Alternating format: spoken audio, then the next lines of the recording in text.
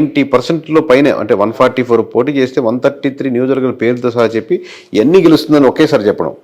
నాలుగో విషయం, అసలు సిట్టింగ్ గవర్నమెంట్ ఉన్నటువంటిది అసలు ఇంకా అది ఇనానమస్, మళ్ళీ పోటాపోటీగా ఉంటుంది, క్లిష్టంగా ఉంటుంది, ఎవరు గెలుస్తుందో చెప్పలేం, చాలా టైట్ ఫైట్లు ఉన్నాయి అన్ని రకరకాల సర్వేలు రకరకాలుగా చెప్తూ జనాల్లో కూడా కన్ఫ్యూజింగ్ స్టేజ్ వాళ్ళలో కూడా ఉన్నప్పుడు అసలు ప్రధాన ప్రతిపక్ష హోదా కూడా రాదు.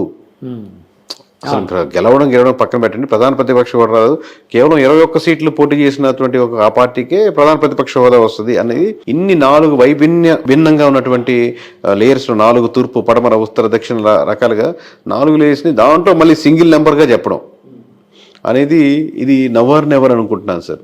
ఇంత ముందు జరగలేదు, తర్వాత జరుగుద్దా లేదా వేరే రాష్ట్రాలు జరగచ్చు, కానీ మన రాష్ట్రంలో అంత క్లిష్టమైన పరిస్థితుల్లో జరగదనుకుంటాను సార్. ఇప్పుడు 151 ఒకప్పుడు ఆ 5 మధ్యలో కొట్టేసి ఓన్లీ 11 వచ్చింది ఇప్పుడు. అవును, అంటే జనాలు చాలా మంది సోషల్ మీడియాలో మాట్లాడుకుంటున్నారు ఆ విధంగా. అంటే నేను వాళ్ళని ఇది చేయడం కాదు, కానీ మామూలుగా 11 వచ్చిందని చెప్పడం నా ఉద్దేశం. కరెక్ట్. సో వైసీపీ పార్టీ అంత ఇదిగా అంటే కిందకి వెళ్ళిపోవడానికి అప్పటి వరకు టీడీపీ అసలు అంటే టీడీపీ అనేది పార్టీ అనేది సస్టైన్ అవ్వడం చాలా కష్టం, ఇంకెప్పుడు గెలవలేదు అని అనుకుని చాలా జనాల్లో కూడా ఒక రకమైన, అంటే జనాల్లో ఉందో లేదో తెలియదు కానీ రాజకీయ వర్గాల్లో అలాంటి అభిప్రాయం ఉండేది వేరే రాజకీయ వర్గాల్లో. సో అలాంటిది ఇలా పుంజుకోవడానికి కారణం ఏంటి సార్? అంటే ఏ విధంగా మీరు విశ్లేషిస్తారా కారణాలని? అంటే ప్రధానంగా కూటమి బలం sir. First of all vote banking, ఆబ్వియస్గా కాంబినేషన్, అది ఎంత పర్సెంట్ కలిసింది, పోన్ ఎంత పర్సెంట్ పెరిగింది అనేది అది వేరే విషయం. ఎందుకంటే మనం ఫైనల్గా చెప్పిన పర్సంటేజ్ కూడా యాక్యురేట్గా వచ్చి ఓవరాల్గా 58%, 38% అని చెప్పాం. దానికి దరిదాపులు 1% అడిటికి వచ్చింది. అంటే టోటల్ రాష్ట్రం మీదగా ఒక పార్టీకి వస్తుంది కూడా, అంటే ఇండివిజువల్ నియోజకవర్గాలని కన్సాలిడేట్ చేసి వచ్చిన నెంబర్ అది. సో ఈ పర్సంటేజ్ ఎలా ఎంత యాక్యురసీగా చెప్పామంటే 1% దీంట్లో తగ్గుద్ది, రోడ్ల వల్ల తగ్గుద్ది, ఇంకో 1% లిక్కర్ వల్ల తగ్గుద్ది, ఇంకో 1% దీని వల్ల తగ్గుద్ది, ఇంకో 1% ఎంప్లాయీస్ వల్ల తగ్గుద్ది, ఇంకో 1% ఎంప్లాయీ కోసం ప్రిపేర్ అయ్యే వాళ్ళ కోసం జరుగుద్ది, ఇంకో 1% ఇక్కడ నుంచి చాలామంది ట్రావెల్ చేసి వాళ్ళు ప్రభావితం చేస్తారు, ఇంకో కొంత పర్సెంట్ 4 to 5% వీళ్ళతో యాడ్ అవుద్ది.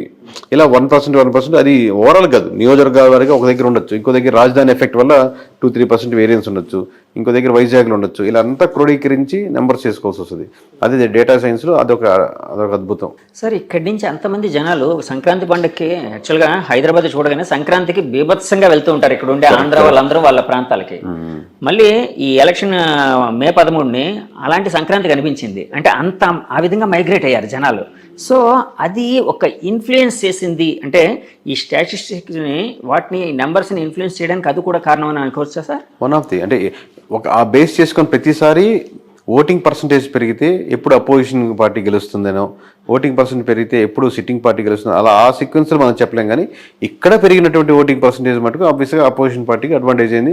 ప్లస్ అక్కడికి వెళ్ళి వాళ్ళు ఒక అవ్వాతాత వైఎస్ఆర్సీపీకి వేయాలనుకున్నా కానీ వీళ్ళు వెళ్ళి వాళ్ళని ఇన్ఫ్లుయెన్స్ చేసిన సందర్భాలు కూడా ఇంకో యాడెడ్ పర్సంటేజ్. సార్ ఇందాక కూటమి కలవడం ఒక ఓటింగ్ బలం దానివల్ల ప్లస్ అయిందని అన్నారు కదండి సార్. ఒకవేళ కూటమి అంటే టీడీపీ పార్టీ ఇండివిజువల్గా, జనసేన ఇండివిజువల్గా, బీజేపీ ఇండివిజువల్గా పోటీ చేసి ఉంటే యాక్చువల్ వైసీపీ గెలిచేది, అది అందరూ అంటున్నమాట. అవునా అంటే సార్? డిపెండ్స్ సార్, అది అప్పుడు అంటే చాలా ఫ్యాక్టర్స్, ఇది హైపోథెటికల్ క్వశ్చన్ కాబట్టి అది ఫర్ సపోజ్ టీడీపీ ఇండివిజువల్గానే ఈసారి మనం ఎవరితో కలవము, మనం ఇండివిజువల్గా వెళ్దాం, ఈసారి ఎందుకు కొట్టడం చేస్తాం, రాష్ట్రం అన్యాయం అయిపోతుంది, ఏదో వాళ్ళు చెప్పాలనుకుని చెప్తారు కదా, అలాంటి ఫేజ్లో వెళ్ళి, అలాగే జనసేన కూడా 175 నియోజకవర్గాలు మనం ఇండివిజువల్గా పోటీ చేద్దాం, ఇది ఈ క్యాండిడేట్లు నేను ముందుగానే ప్రకటిస్తున్నాను, పలానా రాము గారు ఇక్కడి నుంచి కంటెస్ట్ చేస్తారు, పలానా రవి గారు ఇక్కడి నుంచి కంటెస్ట్ చేస్తారు, లేదా పలానా 50-60 నియోజకవర్గాలే కన్సాలిడేట్ చేద్దాం, మనం మొత్తం వద్దు 50కి 50 కొడదాం అన్న ప్లాన్తో వెళ్తే వేరే రకంగా ఉంటుంది.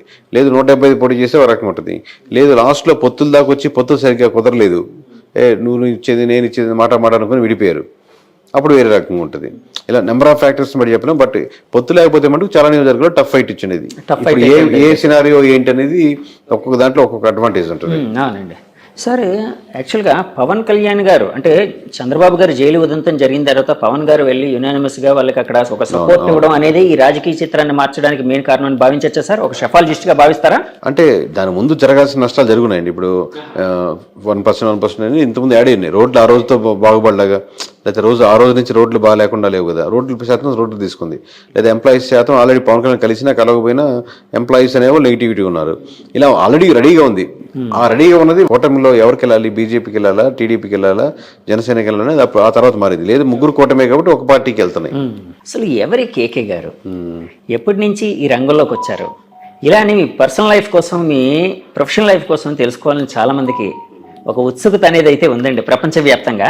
సో ఎక్కడ సార్ మీది, ఎక్కడ ప్రాంతం, ఏంటి, ఎప్పటి నుంచి ఈ ఫీల్డ్లోకి వచ్చారు? మా సొంతూరు నెల్లూరు అండి.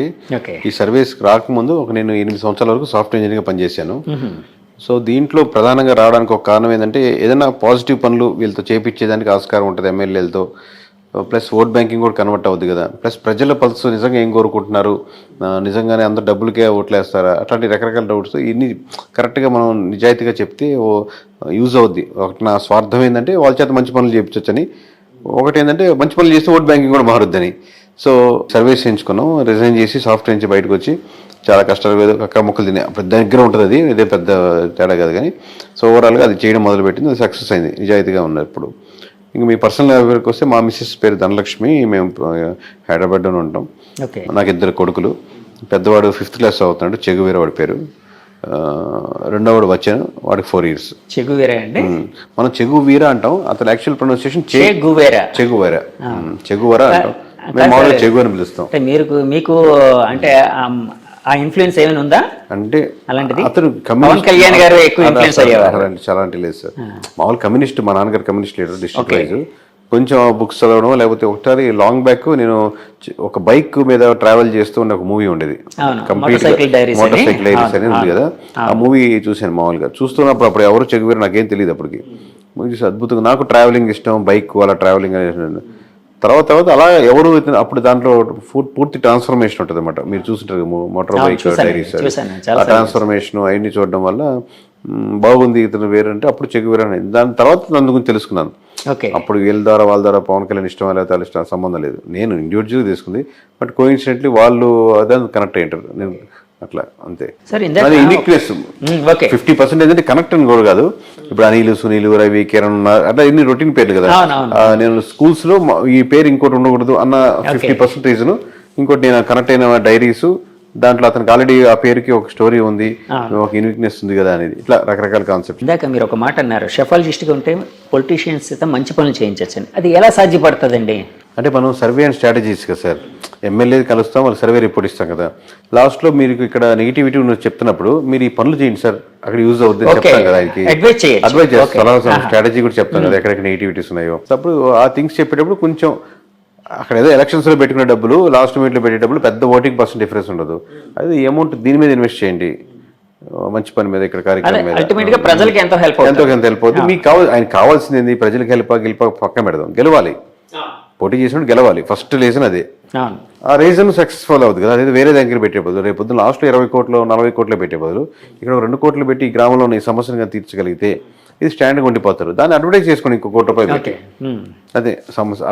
అలా మంచి పనులు అంటే అలా యూస్ఫుల్ పనులు అనమాట, లాంగ్ రన్గా ఉండేటట్టు. ఇది డబ్బులు ఇస్తే టెంపరీ, తలా 2,000 ఇచ్చినా తీసుకుంటే, తలా 3,000 ఇచ్చినా తీసుకుంటారు. కానీ టెంపరీ కదా, 2 రోజులు ఖర్చు అయిపోద్ది. కానీ అటుగా ఒక ఆర్గనైజేషన్గా ఏదైనా స్ట్రక్చర్గా మీరు ప్లాన్ చేశారనుకోండి, ఆ 2-3 గ్రామాలకి స్టాండర్డ్గా ఉంటుంది ఎప్పటికీ. సార్ ఇందాక మీరు ఒక మాట అన్నారు, కూటమి కలవడానికి ముందే జరగాల్సిన నష్టం జరిగిపోయింది వైసీపీ పార్టీకి. అంటే జరగాల్సిన నష్టం అంటే వాళ్ళు చాలాసార్లు చెప్పుకొని వచ్చారు, మేము లక్షల కోట్ల డబ్బులు జనానికి పంచుతూ ఉన్నాం, ఎలాంటి మధ్యవర్తి లేకుండా జనం అకౌంట్స్కి వెళ్ళేటట్టు, వాళ్ళకే లబ్ధిదారులకి డైరెక్ట్ గా చేరేటట్టు చేస్తున్నాం. సో అదంతా మాకు చాలా హెల్ప్ చేస్తుందని.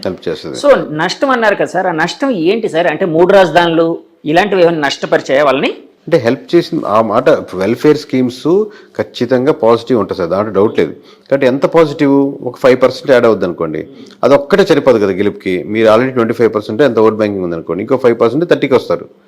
కానీ మీరు 30 సరిపోదుగా, ఇంకో 20% యాడ్ అవ్వాలి. లేదా మీకు లాస్ట్ టైం పడేటువంటి 50%లో ఇంకో 10-15 మంది వెళ్లకుండా ఆగాలి.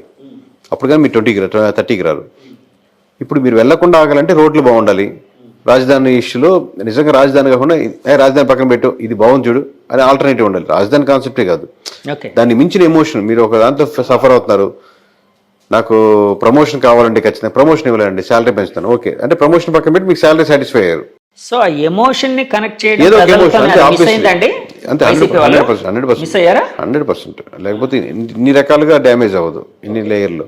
సో ఏ ఎమోషన్ ఎక్కడ మిస్ అవుతున్న దానికి ఆల్టర్నేటివ్ గా మీరు ఇంకో ఎమోషన్ యాడ్ చేయగలగాలి. ఆ ఎమోషన్ యాడ్ చేయడంలో మిస్ ఫెయిల్ అయింది సార్. అలాగే నేను చాలా మంది దగ్గర, పెద్ద వాళ్ళ దగ్గర ఒక మాట అయితే విన్నాను, అసలు ఈ ఎలక్షన్ అంతా జగన్ వర్సెస్ జగన్ గా జరిగింది. అంటే వాళ్ళు అన్నది ఏంటంటే జగన్ రావాలి, జగన్ పోవాలి, ఈ రెండింటి మీదే బేస్ అయ్యి ఎలక్షన్ నడిచింది అని. ఇలాంటి స్టేట్మెంట్ని మీరు అంటే యాక్సెప్ట్ చేస్తారా, ఏకీభవిస్తారా, లేకపోతే డినై దాంట్లో చేస్తారా? పార్షియల్ కరెక్ట్ ఉందండి. పోయినసారి చంద్రబాబు రావాలి, చంద్రబాబు పోవాలి అన్నట్టు జరిగింది అనుకున్నాం అనుకోండి. అబ్వియస్గా రెండు పార్టీల మధ్య ఓటు బ్యాంకింగ్ జరుగుతున్నప్పుడు రెండు పార్టీలో ఎవరికి చంద్రబాబు జగన్ అనుకుంటున్నారు.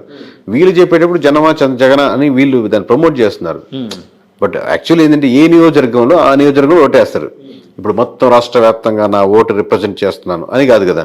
నా నియోజకవర్గంలో ఈ ఎమ్మెల్యేకి వేద్దామా, ఎమ్మెల్యేతో పాటు చంద్రబాబుని కూడా చూసేద్దామా, ఎమ్మెల్యే చెడ్డోడు కానీ తెలుస్తుంది, కానీ చంద్రబాబు మీద నాకు అభిమానం ఉంది వేద్దాంలే, అది ఈడు చాలా మంచివాడు ఎమ్మెల్యే, కాకపోతే జగన్ మీద నాకు వ్యతిరేకత ఉంది వీళ్ళేంలే. సో ఈ ఫ్యాక్టరీ ఒకటి ఆలోచిస్తాడు. వీడు ఓవరాల్గా జనం అని అనుకోడు. నేను తన ఓటు తమ అంటే వాళ్ళ ఇంట్లో వాళ్ళు ఓటు ఇన్ఫ్లుయెన్స్ చేయగలుగుతాడు. కన్సాలిడేట్గా మనం చెప్తున్నప్పుడు మనం యాజ్ ఏ సర్వే దాంట్ నుంచి వచ్చాం కాబట్టి కన్సాలిడేట్గా ఆ ఓట్ బ్యాంకింగ్ ఎలా వెళ్తుంది అనుకుంటాం. దాంట్లో నెగిటివిటీస్ ఏంది, పాజిటివిటీస్ ఏంది, ఏ ప్రాంతానికి ఆ ప్రాంతానికి బట్టి తగ్గట్టే. సార్, రాష్ట్ర వ్యాప్తంగా వైసీపీ పతనానికి ముఖ్యమైన కారణాలు ఏమైనా ఒక 2-3 చెప్పాల్సి వస్తే ఏది మెయిన్ కారణంగా చెప్తారు? పతనం అనేది కరెక్ట్ కదా సార్. పతనం అనేది పతనం means అదే నేను పొలిటికల్ అంతే. పతనం ఎందుకంటే వాళ్ళు 30% ఓట్ బ్యాంకింగ్ ఉంది, వాళ్ళ ఓట్ బ్యాంకింగ్ వాళ్ళకి స్టిల్ ఉంది. Okay. మీరు 100 మందిలో 30 మంది అటు నిలబడ్డారు, 70 మంది నిలబడ్డారు ఇటు. మనకి ఇట అల్గారిథమ్స్ లో మనకు ఉన్నటువంటి rules and regulations government of India